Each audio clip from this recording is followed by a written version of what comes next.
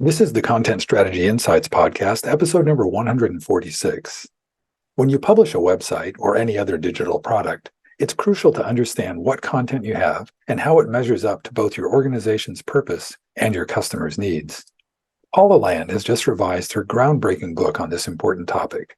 The updated edition of Content Audits and Inventories includes 100 pages of new information and a new emphasis on the importance of analyzing and operationalizing the results of your audit. Welcome to the Content Strategy Insights podcast, where accomplished content strategy experts share their wisdom with our friends in the content community. Our mission is to democratize content strategy, to make its principles and practices accessible to everyone. And now, here's your host, Larry Swanson. Hey everyone, welcome to episode number 146 of the Content Strategy Insights podcast. I am really excited today to welcome back guest number 2 on the podcast, Paula Land. That was like 5.5, almost 6 years ago. Paula was on to talk about enterprise content strategy. And I invited her back now because she's written a new book on content audits and inventories. And Paula, briefly, I'll introduce her. She's the founder of a consultancy called Strategic Content, a really well-known content strategy agency. She's been doing that for, I think, 13 years now, with a little detour to NASA. I always like to work that in because I just like having a friend who's worked at NASA and like to brag about that. So anyway, welcome, Paula. Tell the folks a little bit more about the book and your rationale for revising it. Thanks, Larry. It's exciting to be back, and it's kind of amazing to think. You've have a lot of these episodes under the bridge since we last spoke. But I'm happy to be back, and I'm happy to be back to talk about the release of the second edition, actually, of my book, Content Audits and Inventories, a handbook. So one of the things that you might notice in the second edition is the title has changed just ever so slightly to a handbook for content analysis. So when you go to look for that somewhere, that'll be one hint that you're looking at the second edition. And that was very important to me to get that into the title because, as you and I've discussed, I think audits and inventories, are really vital processes for understanding content and making content improvements and sort of changing the way organizations manage their content. But audits and inventories in and of themselves aren't the end goal, right? They are processes. They can be deliverables if you're a consultant, and sometimes that is all they are. Someone is handing over a spreadsheet or a document, and that's not what we want to be the case, right? We want these to actually lead to analysis and actionable outcomes and changes in the way that organizations think about their content. So it was important to me to get those words for content analysis added to the title because I really want to emphasize that aspect of these processes versus the actual now set up a spreadsheet and put these columns here and there, all of which is important, but I want to make sure we're kind of getting putting the focus on the what comes after that. So. Well, I would expect nothing less from a person who runs an outfit called Strategic Content. So, but one thing about that, well, actually, the first thing I want to get to is I think most people listening in will know the difference between an audit and an inventory. But I wonder I just want to make sure for the folks who are new to this discipline, because we have a lot of folks listening who are like coming in from different parts of content strategy. So can you just talk a little bit about the difference between an inventory and an audit? Sure. And I think the easiest way to think about them, although I think this line is getting a little bit blurred, is sort of quantitative versus qualitative. So an inventory is the quantitative assessment of a set of content. So it's typically something that's generated by running some sort of a tool like a website crawler to gather a list, usually in a spreadsheet form, of all of the assets on a site. So this is quite literally just an inventory of what is there. It's a list of the URLs. It typically includes identifiers for images and documents and captures metadata and all of that sort of kind of scrapable information about typically a website, but keeping in mind that if an organization publishes to other channels or also has print or other forms of content, an inventory and an audit might actually need to take those into account as well. But typically when we're talking about an inventory, it's most often sort of in the context of assessing what's on a website. So it's kind of literally the what's on it, and you're not necessarily yet doing any sort of analysis of what you find beyond sort of gathering those numbers, those kind of raw numbers and that raw data. An audit is where you take that information and then take a qualitative approach. So you are starting with what you know about what you have, but then layering in your analysis of that information against what you need to learn from it. And so that what you need to learn is typically informed by what your business goals are for your content and for your site, for your products, for your services, what your users need and want, whether they're customers or donors or readers, what they're looking at, what they want, what their tasks are that they're coming to your site to achieve. What's your quality bar? How is your content written and presented? Is it both from sort of an editorial standpoint of making sure that it's well written and not full of jargon or not full of even things like typos or whatever. Excuse me.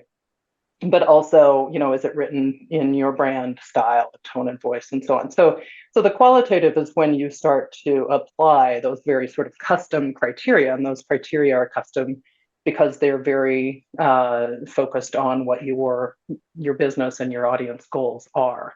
And so that will inform what you're going to look at that content for and what questions you're going to ask about that content. So the inventory gives you this sort of foundational set of information. That's sometimes an inventory may be all that you need.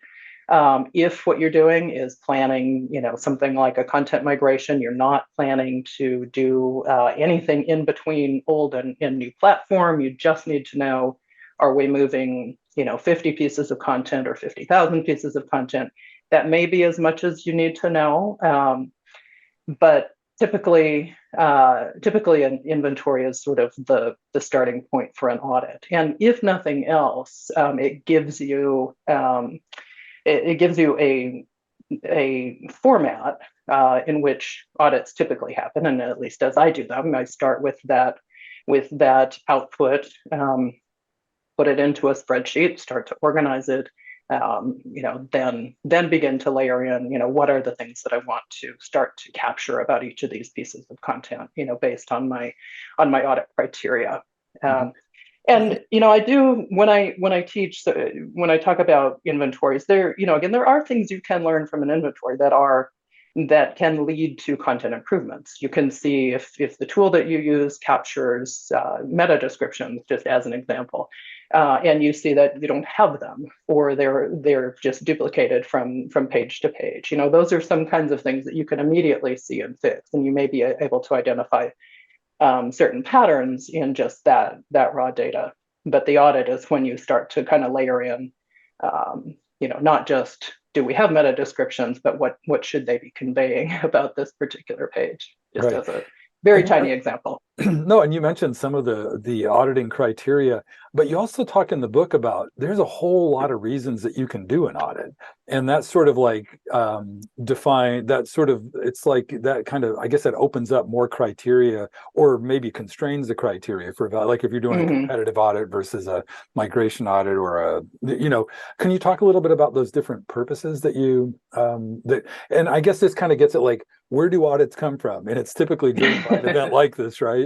Yeah. Right. Yeah. I mean, there are a number of things that can trigger the need to do an audit, and maybe we'll get back to it at the end. But I mean, one of them is simply that you really should at any given moment know what's on your site and what the quality of that content is.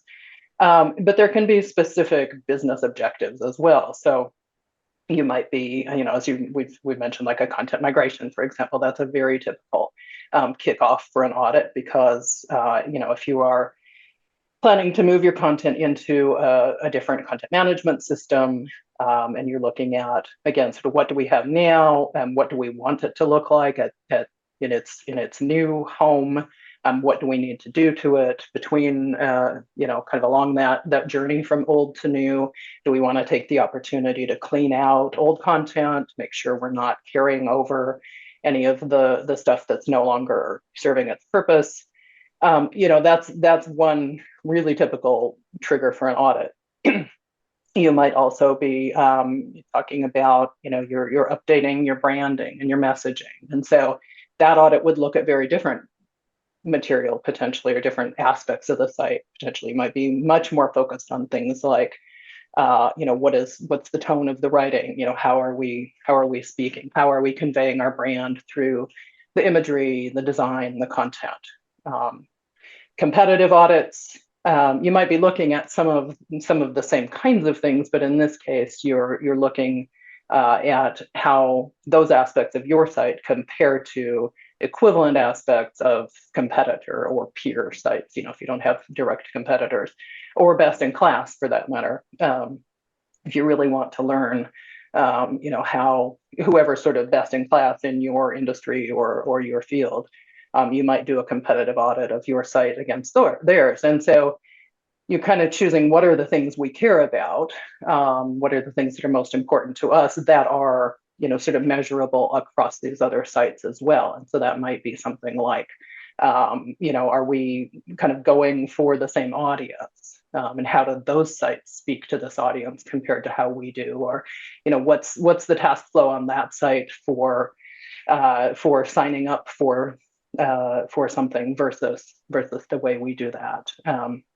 So again, it's the criteria. There's a whole slew of criteria you could apply, and so the context in which you're doing the audit, whatever triggered it, and whatever you need to find out, is really going to drive which of those criteria you're going to focus on, because you can't look at everything. And you no doubt have some very specific thing that you need to, ideally you have some very specific things you need to learn that will help out, that will help you get to whatever the objective of that triggering project is. Got it, yeah. And as you talk about that, I'm reminded that, like, all that stuff you just talked about, that's a lot of work, and you got to get out the resources allocated to make it happen. So you get the business case for, like, okay, we need to understand this so we can do it better. But then you have to, do you ever find, I mean, I know I've had to, but making the business case for conducting an audit, as opposed to just like skimming through an inventory and saying, oh, we're good, as opposed to like doing the more, because qualitative work always takes more time, but it's worth it, I'm going to assume. Oh yeah.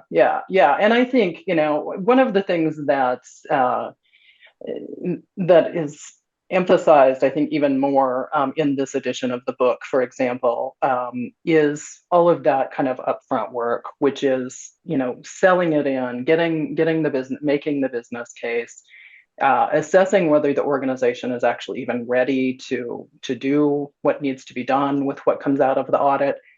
So making that business case, again, you're going to be spending time doing this. As you said, this is a lot of work.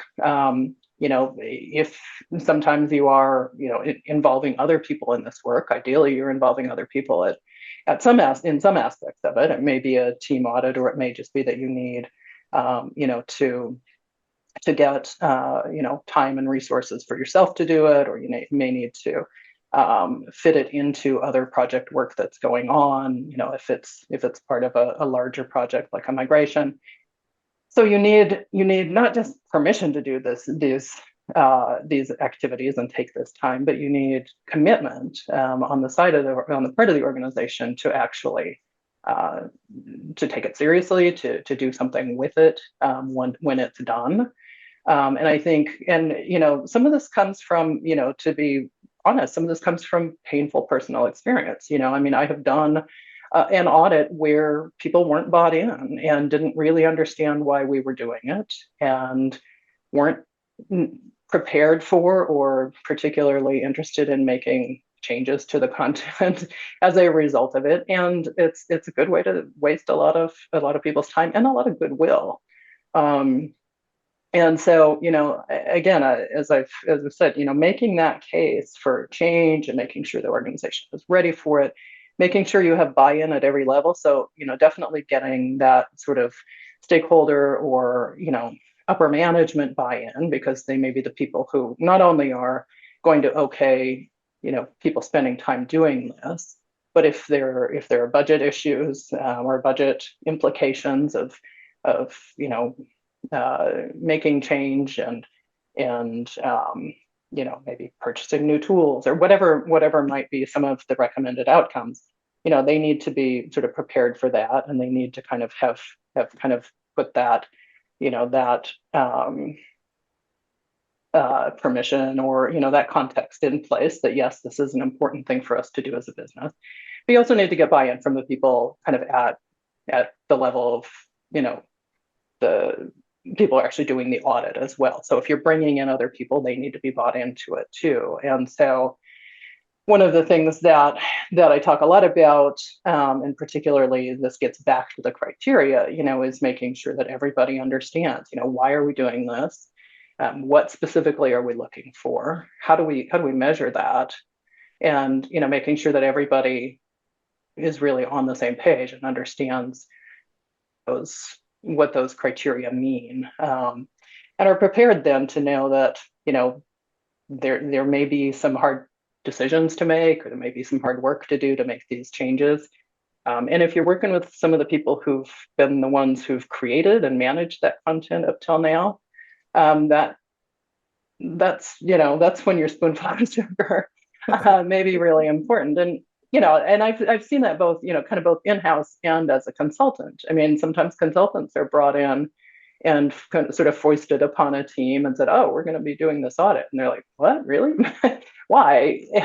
I don't want to change my content. I wrote that, and I'm very proud of it." So yeah. That's those sort of soft skills of I think ultimately are as important, or maybe even more. That sort of preparation and communication and shared understanding and getting to a place where everyone is bought in is so critical to the success of an audit. Yeah, I think that seems like something that we're all much better at now than we were 10 years ago. I think we were all doing it and conscious of its importance 10 years ago, but it seems like we've really got a lot better at that. But there's a bunch of other stuff that's changed a lot, because the last 10 years, there's been a lot of change just in general in how we practice and what's going on. But there's also been just the fact that your book is now 100 pages longer. there must be some other stuff that changed too. Can you talk about, so that I'm assuming that that's part of it, because you do a lot more, I think, in this edition about the preparation and a lot of the stuff you were just talking about. Mm-hmm. But what else changed in the second edition? What were the big themes or changes? Well, I think, part of it is just incorporating, we talked about some of the types of audits or initiatives that might spur an audit. There's a chapter now on doing sort of structural audit, for example, and this would be, kind of relevant generally to something like a replatforming project or something. So auditing for things like, tool templates and content types and components and, much more the sort of underpinnings of the content. So there's a new chapter on auditing content structure. I broke out, auditing social media channels into its own chapter. A new thing that really wasn't as much of an issue in 2014 were, sort of single page sites or apps. And so that there's a chapter now for auditing apps and single page sites that, actually was somewhat spurred by a question that came to me. I teach in a master's program in a university called FH-UNAM in Graz, Austria.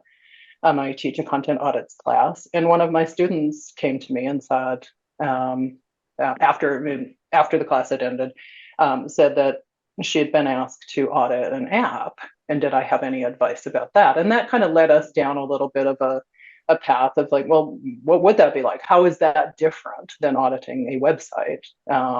And she actually, based on her experience, I actually asked her to, and she contributed a little case study to the book about her experience of auditing that app. And so she and I kind of worked together on that to figure out, what are the things that, how different is that? I mean, kind of very literally, how different is it? You can't run an inventory on an app and get a list of URLs. So instead, you're looking at screens, and you're looking at potentially even going to something like the underlying design files, because you might need to look at the differences between logged in and logged out states, or after any particular action or whatever. So that was an interesting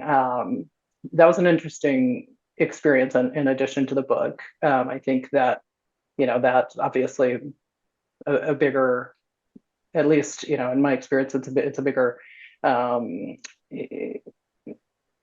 area of opportunity now than it was 9 years ago. So Yeah, and that's, as you talk about that, I'm reminded that like 10 years ago or 9 years ago when the book first came out, we were really focused on the web. That was 100% web pages.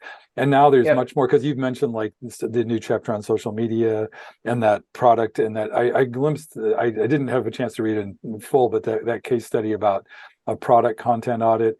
And it kind of gets at that, like the omni-channel strategy, which is sort of the umbrella term for that kind of stuff. How can we be prepared to address those challenges? Because that's only going to become more of a thing, I think, is needing to audit more and different kinds of content. Is that, I guess your structured content chapter must be a good start at that, I'm going to guess. Yeah, and I think, this is a sort of a drumbeat that I'm just going to continue to drum. That doesn't make any sense, but that, there are techniques, there are processes, there are tools, there's that entire aspect of doing this work is important. And, that is changing. There are different techniques for auditing an app versus auditing a website.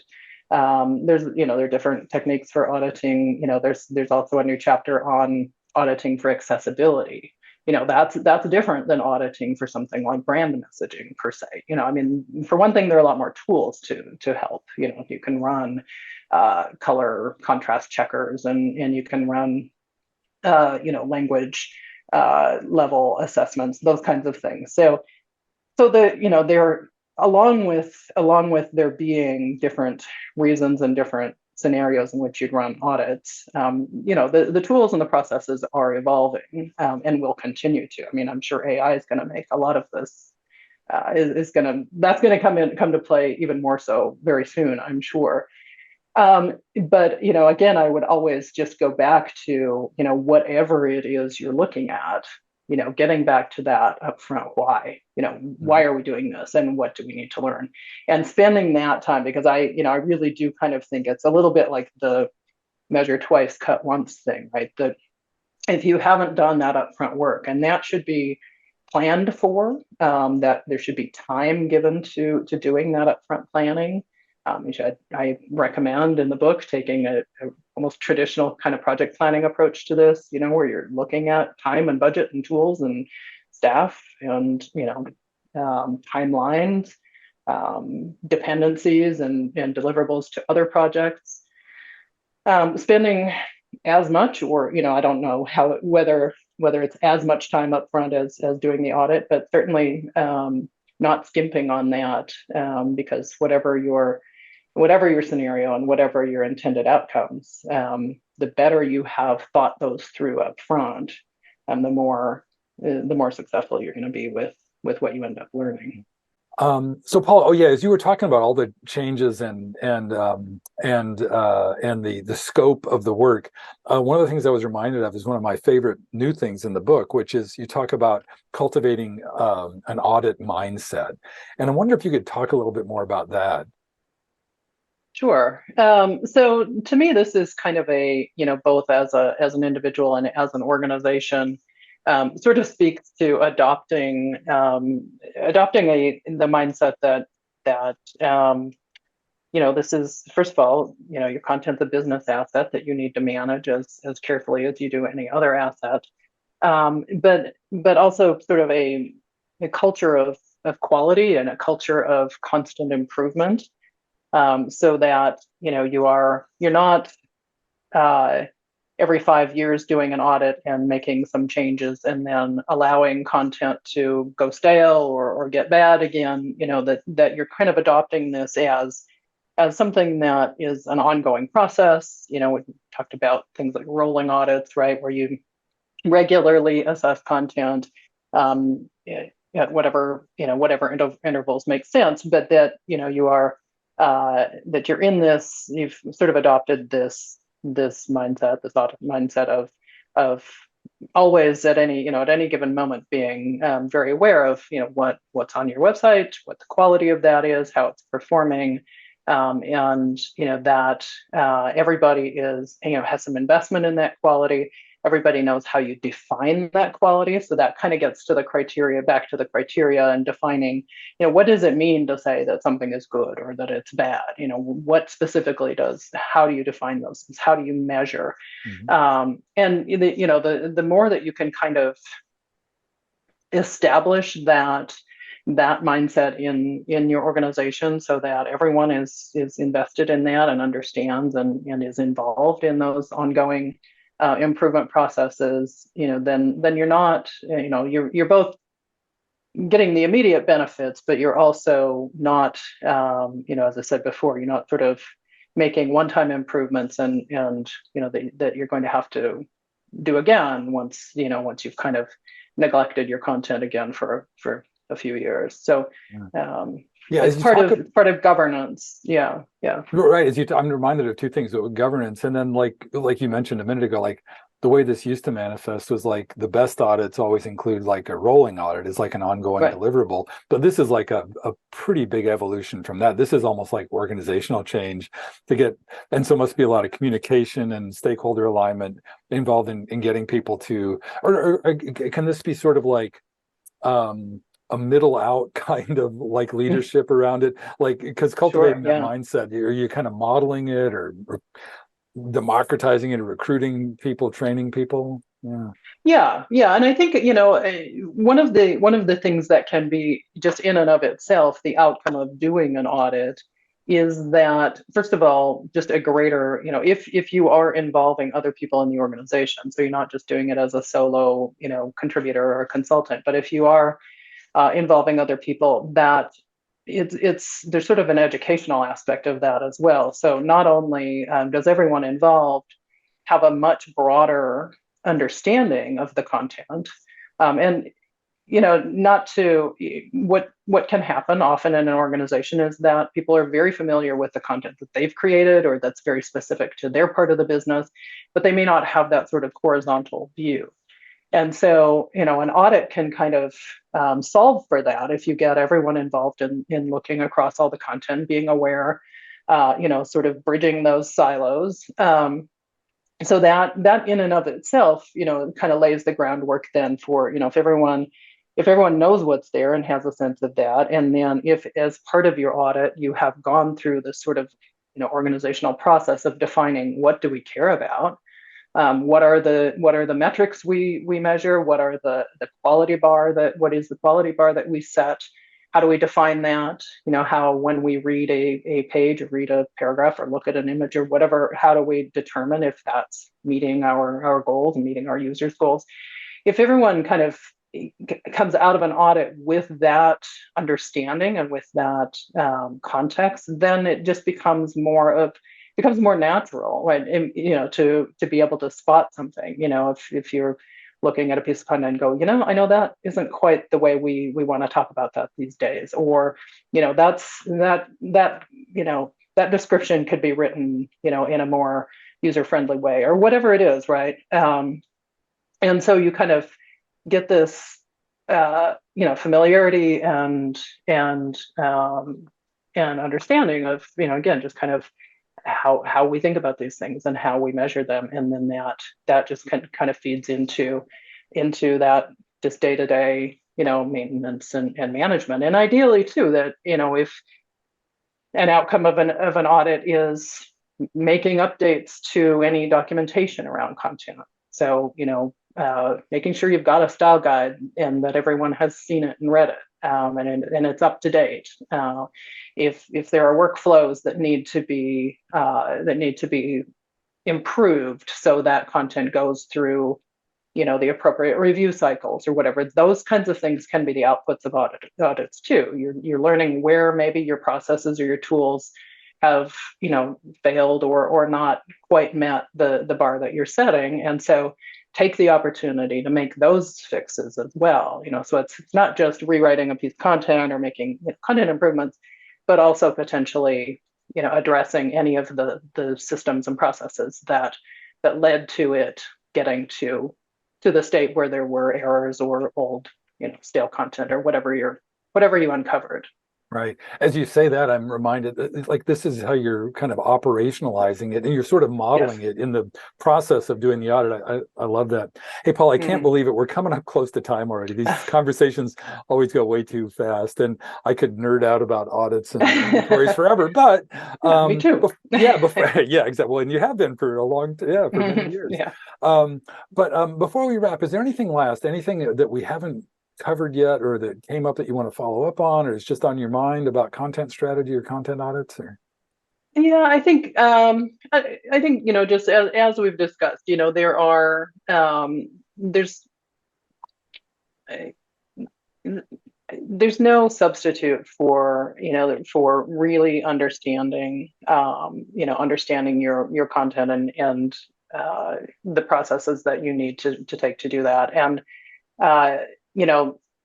certainly there have been lots of advancements in tools. I'm sure that will they'll continue to be developed. But you can't, I think, overemphasize enough the sort of three pieces to any of these, at least, right, to these projects, right? And that the first piece of that is that upfront planning that you and I now have talked about quite a bit in this conversation. Then there's the actual, sort of process of doing the audit. And then I think, again, there just has to be an equivalent emphasis on the outputs and, turning that analysis into the insights you need to make good decisions, feeding that information back into your systems, adopting it as part of governance.